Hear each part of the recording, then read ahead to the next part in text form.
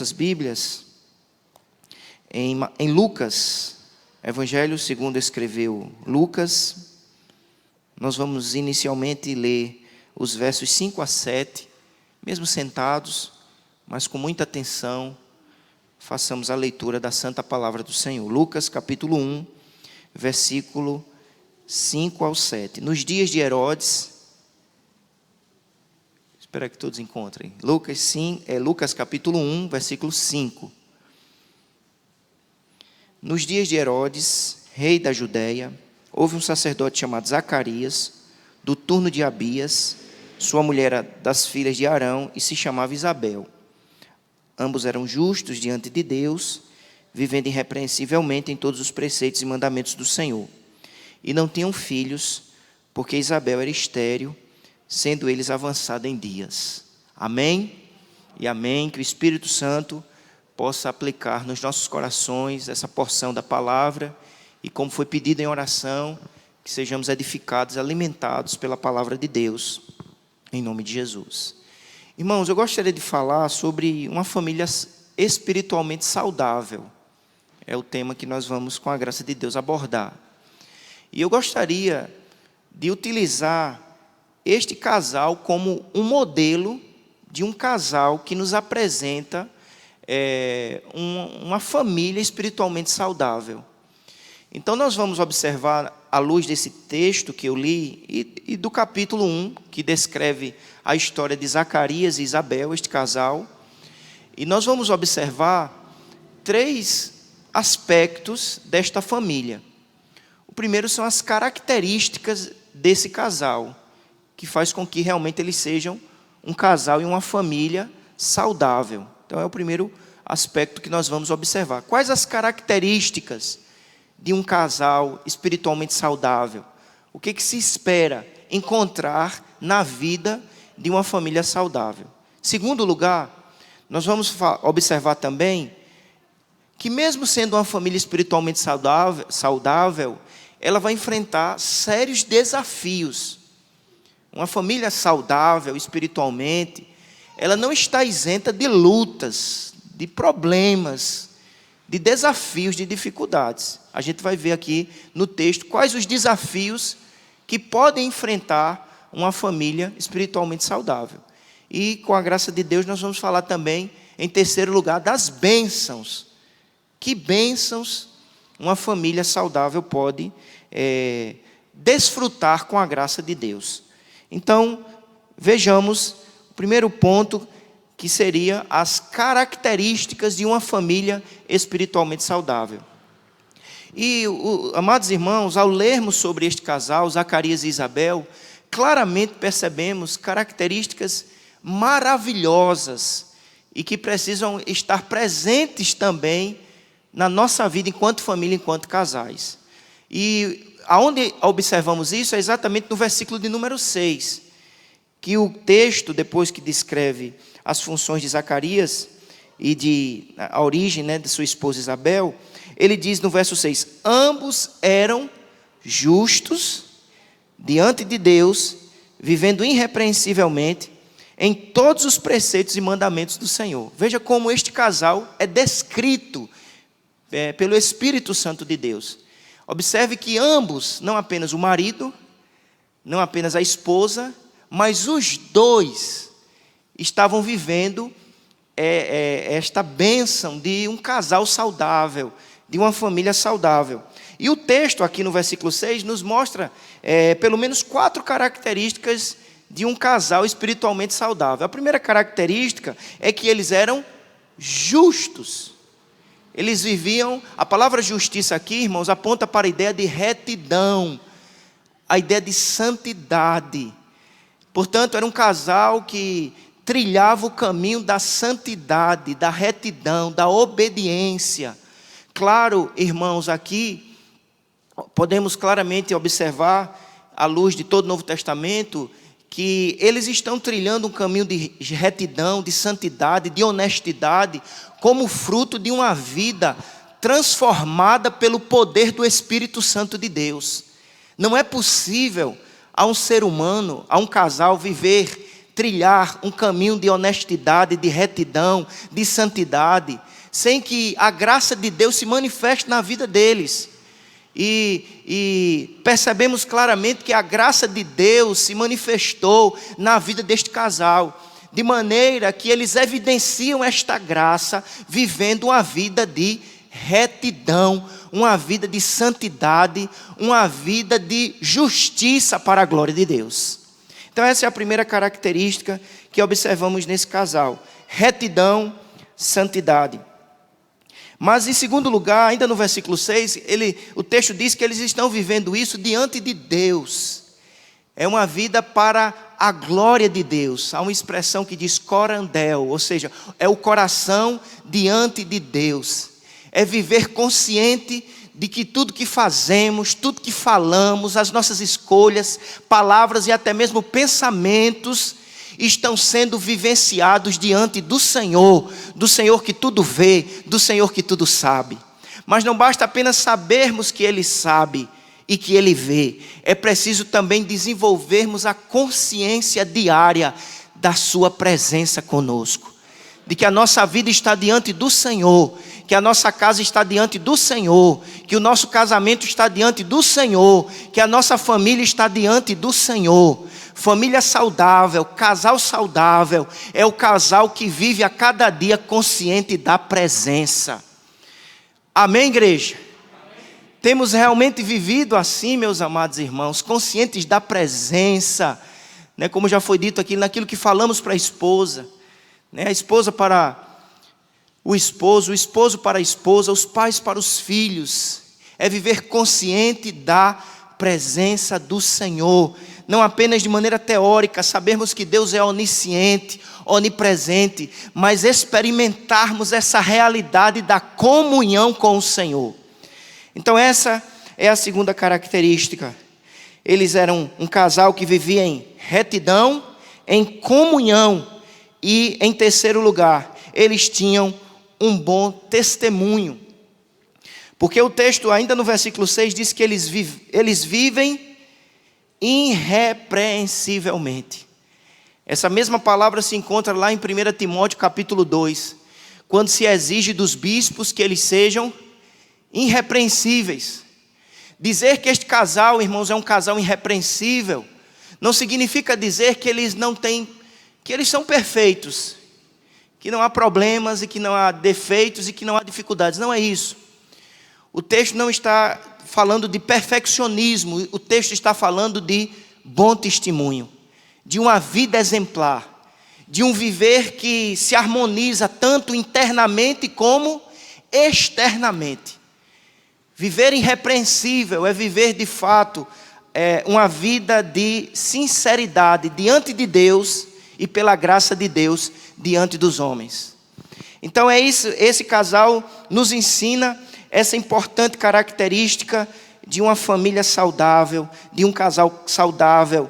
É uma família que mantém pela graça de Deus um bom testemunho, uma vida exemplar, uma vida equilibrada entre vida interna e vida externa.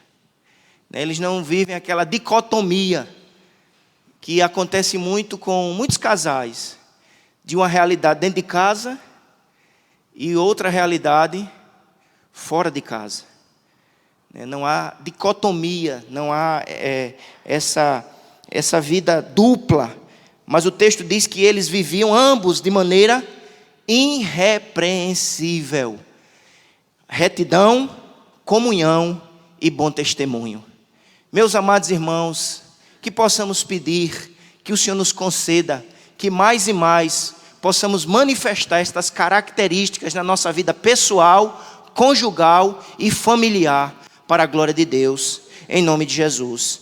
Mas, irmãos, o que me chama ainda a atenção, a quarta característica dessa família, é que o que alimenta a vida espiritual, o que alimenta a saúde espiritual desta família é a palavra de Deus. Porque o texto diz que eles vivem, observa aí no verso 6, é um versículo riquíssimo, porque diz que ambos eram justos diante de Deus, vivendo irrepreensivelmente em todos os preceitos e mandamentos do Senhor. Era um casal que tinha uma vida alicerçada na palavra. Era um casal que conhecia a palavra do Senhor de maneira abrangente. Não há saúde espiritual, não há família forte sem a palavra de Deus, sem o conhecimento experimental da palavra de Deus. O conhecimento que está na cabeça desce para o coração e transforma a nossa vida. E nos faz viver a obediência, a honestidade, a santidade e o bom testemunho. Portanto, é um casal que é saudável porque tem um fundamento saudável. E o fundamento saudável para a nossa vida no aspecto individual, familiar, conjugal é a palavra de Deus. Quem quer saúde, procura a fonte certa. E a fonte certa é a palavra de Deus. Porque diz o texto que eles vivem em todos. Significa dizer que eles têm um conhecimento abrangente. Toda escritura, irmãos, é inspirada por Deus. E cada expressão tem mensagem para nós. Porque o texto não diz que eles viviam em alguns. Eles não selecionavam partes da Bíblia. Então eu vou viver essa parte, vou ignorar outra. Eles buscavam compreender de maneira integral e abrangente a palavra de Deus. Isso pressupõe meditação. Isso pressupõe leitura. Isso pressupõe fé na palavra de Deus. É a voz do Senhor, é a fala do Senhor que me exorta, me corrige, me alimenta. Eu quero saúde, e não há saúde sem a palavra de Deus que me sara, que me corrige, que me orienta, que me ilumina. Portanto, meus amados irmãos, diz o texto que esse casal, eles vivem em todos. Portanto, a palavra todos aqui aponta para a ideia de abrangência, de conhecer todo o conselho de Deus, de ler a Bíblia. Eles não têm toda a revelação, porque eles só têm o Antigo Testamento. Nós somos mais privilegiados, porque temos o Antigo Testamento, temos o Novo Testamento, as promessas se cumpriram, somos um povo privilegiado. Mas observe também, que há nesse conhecimento que eles desenvolvem, um elemento também de aprofundamento. Porque diz, interessante que ele diz assim, em todos os preceitos e mandamentos. Porque não poderia só dizer assim, irmãos, em todos os mandamentos do Senhor? Ou em todos os preceitos do Senhor? Mas o texto diz que eles vivem em todos os preceitos e mandamentos do Senhor. Porque o preceito, irmãos, aponta para o princípio geral. E o mandamento é a aplicação prática do princípio. Não basta apenas ter informação na cabeça, é preciso tornar prático. Na relação conjugal, familiar, individual. Tem muita gente com preceitos sem mandamentos. Eu preciso ter o preceito, eu preciso ter a doutrina, eu preciso ter o conhecimento, eu preciso ter a verdade. Mas ela tem que se tornar, na minha vida, na minha mente, nos meus lábios, na minha casa, mandamentos. Práticas, muitos conhecem, sabem a verdade. São capazes até de pregar, dar aula, falar para outros, mas não basta saber e falar, é preciso viver, praticar, experimentar, porque não há casamento saudável, não há família saudável sem conhecimento e sem prática. Tem que ter o conhecimento, tem que ter a prática, porque o conhecimento saudável leva à prática saudável, e prática também sem conhecimento é perigosa. A prática. Portanto, o texto diz que eles procuram saúde e são, portanto, um modelo de casal saudável, porque estão firmados na palavra, nos preceitos do Senhor. Um exemplo, um preceito: amarás o Senhor teu Deus de todo o teu coração, de toda a tua alma. Isso é o preceito. Qual é o mandamento? Não farás para ti imagem de escultura. Se eu amo o Senhor, eu vou fugir da idolatria. Não usarás o nome do Senhor, teu Deus, em vão. Honra o Senhor, no dia do sábado, que é o nosso dia do Senhor, que é o domingo do Senhor. Se eu amo o Senhor, eu vou priorizar o culto, eu não vou abandonar a igreja, eu vou ser zeloso para alimentar a minha alma no dia do Senhor, sendo edificado, corrigido, exortado. Não há família saudável sem firmeza na palavra, sem conhecimento e sem prática fundamentada na palavra. Diga amém. Diz que eles viviam em todos os preceitos e mandamentos do Senhor, e eles perseveraram nisso, irmãos, porque o texto no verso 6 diz que eles já eram avançados em dias, os cabelos já estavam embranquecendo, longos dias, amando um ao outro, mas acima de tudo amando o Senhor e desejando ouvir a sua voz, conhecer os seus preceitos e praticar os seus mandamentos de maneira perseverante. A família que deseja saúde no casamento e em toda a família, precisa no poder do Espírito, firmados na graça de Deus que é em Cristo Jesus, batalhar por uma vida de justiça, retidão, comunhão, perseverança, o bom testemunho e firmar-se na palavra de Deus. Como tem... E aí eu faço uma pergunta para mim e para ti nessa noite. Que registros históricos temos deixado? Quais as palavras que têm definido vocês dois? Ambos, diz aqui. Não era só o marido ou só a esposa, diz ambos. É graça transformadora. É poder do Espírito, irmãos, que nos faz viver esta vida extraordinária e impossível para o homem natural, mas para aquele que foi transformado pela graça e recebeu o poder de Deus, é possível. O caminho da santidade, da obediência, da comunhão, do bom testemunho e do desejo pela palavra, que prioriza, que lê, que tem tempo sim para ouvir a mais preciosa e necessária voz, a mais extraordinária das notícias, as boas novas de salvação em Cristo Jesus. O problema que está acontecendo nos casais crentes muitas vezes, irmãos, é que a gente tem tempo para ouvir tudo e todos, coisas até que não precisávamos jamais ouvir, e dizemos muitas vezes que não temos tempo para ouvir a doce, poderosa voz do Senhor, que se revela a nós por intermédio da Bíblia, da palavra. Que Deus nos ajude, que haja essas características, e se não há, peça ao Senhor. Hoje é noite de renovo. Diga: Senhor, me concede graça, tua misericórdia já alcançou a minha vida, que eu trilhe essas características, que eu fuja daquilo que não é santo, aquilo que não é reto, honesto, que eu busque realmente com toda a força do meu ser uma vida de comunhão contigo, um coração diante de ti, no pensar, no falar, no decidir, no escolher. Renova na minha alma, na minha casa, um apetite santo pela tua palavra. Peça, meu irmão, diga: Senhor, tira esse fastio da minha alma, dá-me apetite. Irmãos, o nosso Deus é tão maravilhoso que Ele dá o pão e gera o apetite. Ele faz o que ninguém pode fazer.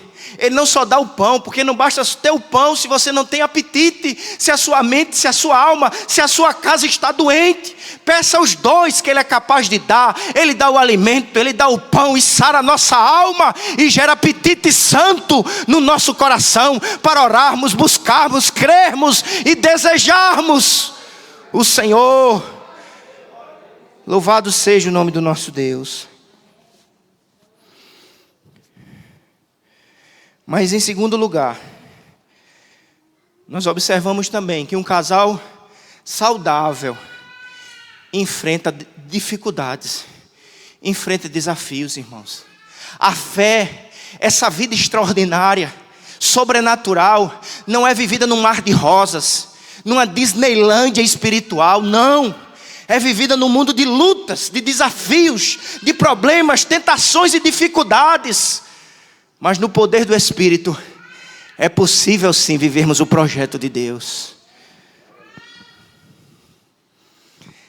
Quais os desafios que este casal enfrenta? Vejam então, pelo menos 3 desafios. O primeiro desafio é o que poderíamos chamar de um desafio contextual. Um desafio, digamos assim, político-social. É difícil, irmãos, vivermos a fé e termos saúde espiritual quando o contexto não coopera. É difícil, mas não é impossível. Porque mesmo no tempo de Jezabel, Deus levantou um Elias. Mesmo no tempo de Nabucodonosor, Deus levantou um Daniel. E mesmo no tempo de Herodes, Deus levantou Zacarias e Isabel. Esse foi o primeiro desafio, porque eram tempos difíceis. Veja o verso 5. Quando foi que esse casal viveu? Em que época? Qual foi o tempo? Diz o versículo 5 que foi nos dias de Herodes, rei da Judeia. Irmãos, este homem era um homem sanguinário. Ele era um genocida. Em Mateus 2,16, ele mandou matar todas as crianças de Belém, de 2 anos para baixo, quando ele não encontrou Jesus. Está a história lá. Era um homem perverso, era um homem mau. Quem estava reinando era este homem, na Judeia, de Zacarias e Isabel. Eram tempos de suspiro, porque diz Provérbios 29:2, que quando domina o perverso, o povo suspira. Mas esse casal, ele faz um contraste de luz em meio às trevas. Eles não esperaram a circunstância mudar. Eles procuraram semear e frutificar, mesmo na circunstância difícil. Não espere a circunstância mudar, comece a frutificar. Mesmo diante da situação difícil. Eles entenderam, irmãos, que a circunstância não muda as promessas de Deus. Que as circunstâncias não impedem, mesmo elas sendo, vamos pensar aqui na perspectiva mesmo social, cultural, política. E se assemelha muito aos nossos tempos. Vivemos dias trabalhosos, dias difíceis, dias onde se multiplica a iniquidade. Mas mesmo nestes dias difíceis, é possível sim desfrutarmos de saúde espiritual, de comunhão com Deus, de retidão e de palavra que nos alimenta, nos fortalece. Não podemos colocar desculpas. O tempo é assim mesmo, não. Há um casal que está superando no poder do Espírito essa situação. Os tempos são difíceis, mas a palavra de Deus é a mesma. O nosso Deus é o mesmo. E o nosso coração continua tendo as mesmas necessidades de transformação, de perdão, de graça, de transformação, de poder de Deus.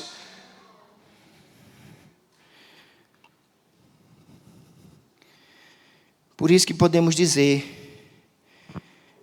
que no tempo de Herodes, Deus está levantando, e não só Zacarias e Isabel, mas dando, no meio da crise, Deus fazendo a sua obra frutificar. No meio da crise, Deus fazendo coisas extraordinárias. Esse é o primeiro desafio. Tempos difíceis. Segundo, problemas internos, lutas familiares. Como eu disse, irmãos, esse casal no versículo 6, ele é descrito como um casal saudável, de características extraordinárias. Versículo 6, mas no versículo 7, ele nos descreve um drama familiar profundo que eles estão vivendo. Porque o versículo 7 diz, eles não tinham filhos. Isabel era estéril. Ela brigava com enfermidade no seu ventre, que não conseguia engravidar. Eles oram e o milagre não acontece. O sonho não é gerado.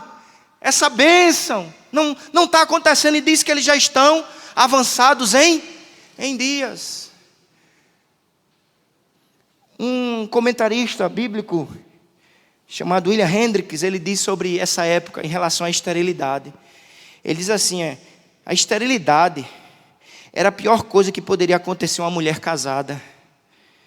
Por isso que em Gênesis 30, verso 1, Raquel chora, dizendo a Jacó, dá-me um filho, senão eu morro. E Ana chora de maneira tão profunda, que o sacerdote ali pensa que ela está embriagada. E ele continua, William Hendricks, dizendo assim: a mulher estéril era evitada, diminuída e desprezada. É tanto que em Lucas 1, 25, Isabel diz que ela tinha sobre ela um opróbrio. Imagine, irmãs, o drama deste casal, a luta deste casal, a dificuldade deste casal. Mas mesmo, irmãos, vivendo na luta da enfermidade, eles continuam amando o Senhor e a palavra do Senhor. Porque, possivelmente, nos momentos de lágrima e angústia de Zacarias e Isabel, eles se voltavam para o Salmo 73, versículo 25, que diz assim: ainda que a minha carne e o meu coração desfaleçam, Deus é a fortaleza do meu coração e a minha herança para sempre. Oh mulher, nós não temos um filho, mas nós temos uma herança para sempre. Porque quem tem o Senhor tem herança, tem porção, tem satisfação. E as bênçãos não se tornam ídolos. Quando o filho chega, não é um ídolo, é bênção da graça de Deus. Quando a casa chega, quando a vitória acontece, não é ídolo, porque a satisfação já está presente, porque Deus satisfaz. É isso que nós lemos ainda o verso 26 do Salmo 73. Imagino que talvez eles liam esse texto junto, dizendo: ainda que a minha carne. Vamos ler juntos, irmãos? Bem forte, Salmo 73. Abra sua Bíblia aí, por favor. Vamos ler os dois versículos. Salmo 73, versículo 25 e 26.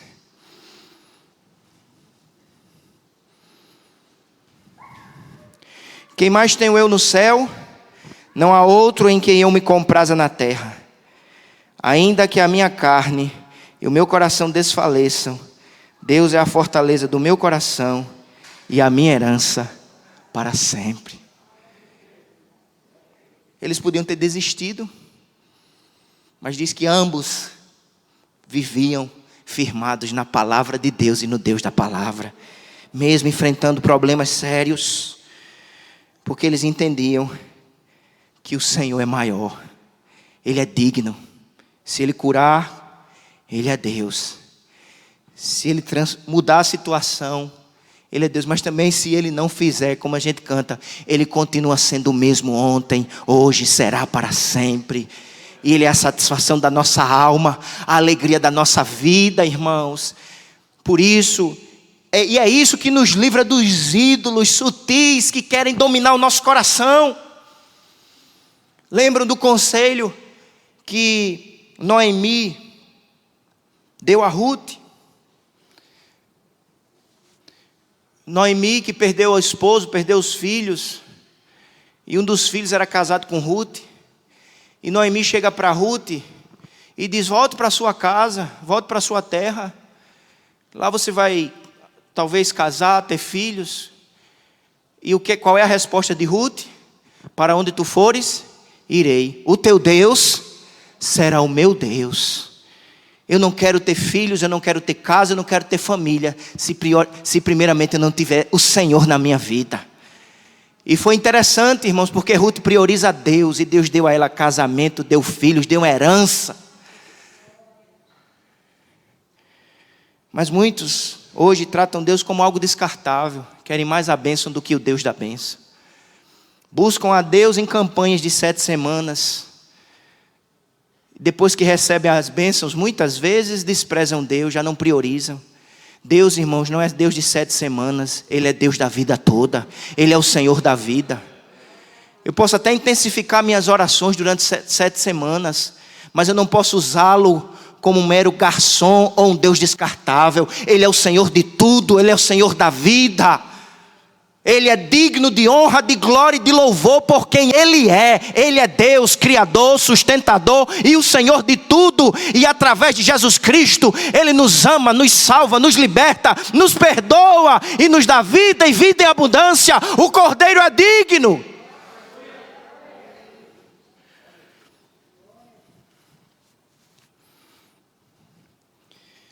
Mas o outro desafio.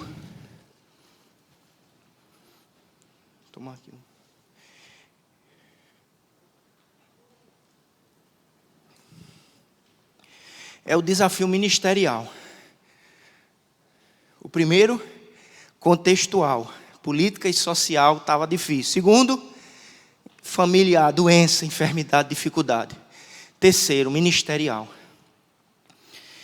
É interessante, irmãos, porque no verso 7 é descrito o problema familiar de Zacarias. A mulher estéril, eles não têm filho, já estão ficando velhos.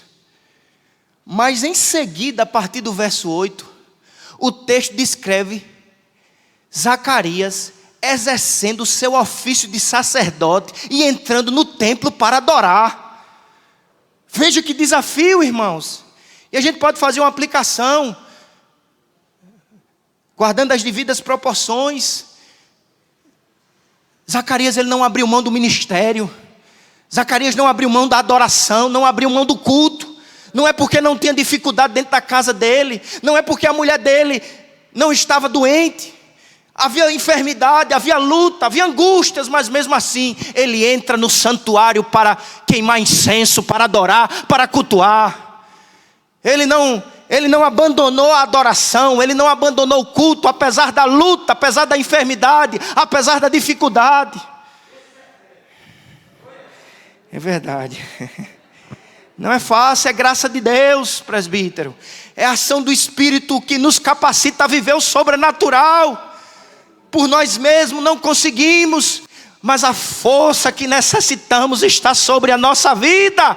Porque pela graça somos templo do Espírito Santo, e o Espírito Santo nos energiza, nos capacita a fazer o que por nós mesmos não fazemos.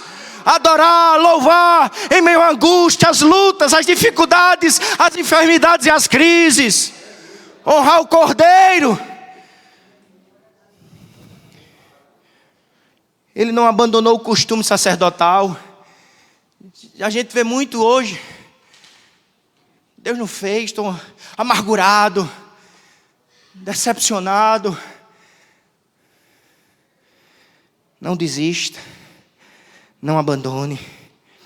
Eu acho maravilhoso porque o verso 8 diz: ora, aconteceu que exercendo ele diante de Deus o sacerdócio, na ordem do seu turno, coube-lhe por sorte, segundo o costume sacerdotal, entrar no santuário do Senhor para queimar incenso. Está ele lá, cumprindo o seu ofício. Era forma de culto naquela época, adorando o Senhor, declarando quem Ele é, lendo a sua lei, porque era uma das funções do sacerdote. Era ler a lei do Senhor e proclamar a santidade de Deus, o poder de Deus, a sabedoria de Deus e a misericórdia do Senhor. Meus irmãos, que possamos nessa noite pedir graça ao Senhor para vivermos de fato a saúde espiritual, mesmo em meio às lutas, sejam elas contextuais, familiares ou ministeriais. Diga amém. E em terceiro lugar, não é só luta, há bênçãos também. Porque o texto vai mostrar que este casal, eles também desfrutarão de bênçãos.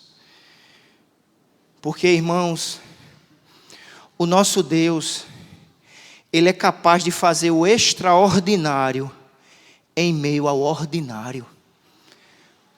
Era um culto simples, diz o texto que era, verso 9, segundo o costume. Talvez você veio nessa noite aqui, segundo o costume, de subir à casa do Senhor toda terça-feira para orar.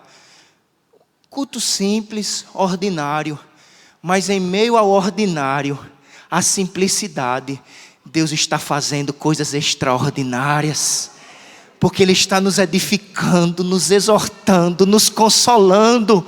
O extraordinário de Deus está acontecendo, e é isso que vai acontecer, irmãos. Diz que em primeiro lugar Deus interviu, conforme nos diz. Era um culto normal, talvez ele entrou ali até um pouco cansado, desanimado. Como sacerdote ele entrava na escala e segundo o sorteio ele tinha que ir. E ele vai, meio pelo costume, por causa da escala, Mas de repente o Deus de toda graça e misericórdia resolve interferir e manifestar a sua bênção, o seu extraordinário. Persevere em adorar, persevere em orar, persevere em confiar neste Deus que faz o extraordinário na tua vida, no teu casamento, na tua família. No tempo comum, no tempo ordinário, Ele é Deus do extraordinário, porque Ele é Deus que intervém. Verso 11: eis que lhe apareceu um anjo do Senhor, em pé à direita do altar do incenso. É Deus intervindo, Deus manifestando, ou Deus enviando seu mensageiro. E quem sabe, nessa noite, Deus está enviando o seu mensageiro, pela palavra, para falar contigo, como falou com Zacarias naquele culto. Deus faz o extraordinário, porque nós servimos a um Deus que intervém. Deus faz o extraordinário no meio do ordinário, porque Ele nos encoraja em meio aos nossos temores. Porque a primeira palavra que o anjo traz para Zacarias naquele momento é a palavra que está no versículo de número 13. Disse-lhe, porém, o anjo: Zacarias, não temas. Eu não vim aqui para te atemorizar, eu não vim aqui para te perturbar. É o anjo do Senhor que traz da parte do Senhor a palavra do Senhor, que nos consola, nos conserta, mas também nos fortalece. É o Senhor abençoando, é o Senhor fazendo o extraordinário no meio do ordinário, trazendo uma palavra de encorajamento. Não temas. É o Senhor fazendo o extraordinário, trazendo resposta de oração. Porque a outra palavra que o anjo diz é: a tua oração foi ouvida. A tua oração foi ouvida, não temas, não desistas. A tua oração foi ouvida. Deus fazendo o extraordinário na oração simples daquele homem que já estava com dias avançados. E outra coisa, o ordinário em meio ao extraordinário, Deus está trazendo cura e restauração, para que o nome dele seja glorificado. Todas as possibilidades humanas fracassaram, mas o Senhor está manifestando o seu poder e soberania. A tua mulher, é ela mesma que será restaurada, levantada, curada e conceberá. Veja o que diz: tua mulher te dará à luz um filho, a quem darás o nome de João. Tu serás pai. O que Deus está anunciando, irmãos? Deus está anunciando algo extraordinário, mas de maneira tão simples. Era segundo o costume, num culto normal, mas Deus respondendo orações. E o Deus de Zacarias, o Deus de Isabel, é o Deus ao qual nós invocamos nessa noite. Ele ouve a oração, Ele age com poder, com graça, com soberania. Ele faz o extraordinário no tempo comum, alegrando. E a partir daqui, irmãos, é só bênção. É a bênção da intervenção, do encorajamento, da resposta, do milagre, da alegria. Porque ele diz assim, olha, verso 14: em ti haverá prazer e alegria. Talvez tu estejas triste e cabisbaixo, desesperançoso, mas o Deus que age abençoa a tua vida. Ele diz mais, Ele traz promessas. Ele fala do menino que será grande diante do Senhor. Ele diz que ele vai ser usado para converter vidas. O extraordinário acontecendo. Eu vou te dar um filho, e este filho ele é promessa de Deus. E este filho será poderosamente usado por Deus. Irmãos, Deus abençoando aquela família. Deus se levantando como um Deus que capacita os filhos. Creia, irmãos e irmãs, mães e avós e tias. Creia que o Deus de Zacarias, o Deus de Isabel é o nosso Deus, que é capaz de levantar os nossos filhos, vocacionar os nossos filhos e utilizá-los como instrumento nas mãos do Senhor, para conquistar almas, para anunciar o Messias. É isso que o Senhor está dizendo: eu vou levantar o teu filho, eu vou capacitar o teu filho, ele será usado em minhas mãos para conquistar almas. Claro que especificamente essa promessa foi feita a Zacarias e Isabel em relação a João, em relação às profecias messiânicas, mas o nosso Deus também pode, irmãos, abençoar nossa casa, levantar, converter, libertar os nossos filhos. A bênção é tão grande que Zacarias tem dificuldade de crer. Um homem de Deus, um servo do Senhor, mas como somos fracos e falhos, irmãos. Se não for a graça de Deus, às vezes as pessoas ficam louvando a fé. Não, irmãos, é a graça de Deus, porque por nós mesmos somos fracos e falhos. A própria fé é um dom da graça. Por isso que, olha o que acontece, esse homem está no culto, recebendo do Senhor revelação, mas veja o versículo 18 que ele diz: então perguntou Zacarias ao anjo: como saberei isto? Pois eu sou velho e minha mulher avançada em dias. Ele só está vendo o circunstancial, o aparente, as possibilidades humanas, os recursos. Aí o Senhor diz assim, olha, o anjo do Senhor enviado diz: eu sou Gabriel, que assiste diante de Deus e fui enviado para falar-te e trazer-te essas boas novas. É o Senhor que está prometendo, e o Deus que promete, Ele tem poder para fazer infinitamente mais. Creia, não duvide, confie, dependa, persevere. Não é uma questão de poder humano, de circunstâncias favoráveis. É a ação que vem do céu, que vem de Deus. É Deus intervindo, é Deus transformando, é Deus operando e agindo o Senhor. Quem impedirá? E você, Zacarias, vai aprender a abrir a boca para adorar e crer. Porque você vai ficar mudo durante 9 meses. Todavia ficarás mudo, verso 20, e não poderás falar, até o dia em que estas coisas venham a realizar-se, porquanto não acreditaste nas minhas palavras, as quais a seu tempo se cumprirão. Irmãos, se é para abrir a boca, para murmurar, reclamar e lançar incredulidade, fecha a boca. É isso que Zacarias está aprendendo. Você vai aprender a abrir a boca com fé e sabedoria, na dependência do Senhor. E ele aprendeu. Que nós aprendamos, irmãos. Porque o versículo 63 diz assim, olha: então, pedindo ele uma tabuinha, 63. Que o menino nasceu, no costume judaico, o menino devia ter o nome do pai. Mas o menino é promessa de Deus. E quando Deus se revelou lá no versículo 13, disse: o menino vai ter o nome de João. E aí aquela confusão, ele pede uma tabuinha para escrever. E diz assim, ele escreve, verso 63, João é o seu nome. Ele está confirmando a palavra, a profecia, o sobrenatural de Deus, o extraordinário, em meio ao comum, ao ordinário acontecendo. E o verso 63 termina: e todos se admiraram. Olha o que vai acontecer no 64. Imediatamente a boca se lhe abriu e desimpedida a língua falava louvando a Deus. Foram 9 meses de silêncio, mas na hora que a boca dele foi desimpedida, ele abriu a boca para louvar, adorar, confiar neste Deus soberano. Isso é uma lição para mim e para ti, meu irmão, esposo, esposa. Abra sua boca com sabedoria, em conformidade com a palavra de Deus. Abra sua boca para expressar fé, confiança, santidade e adoração.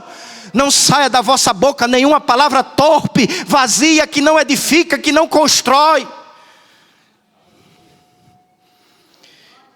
O extraordinário em meio ao ordinário.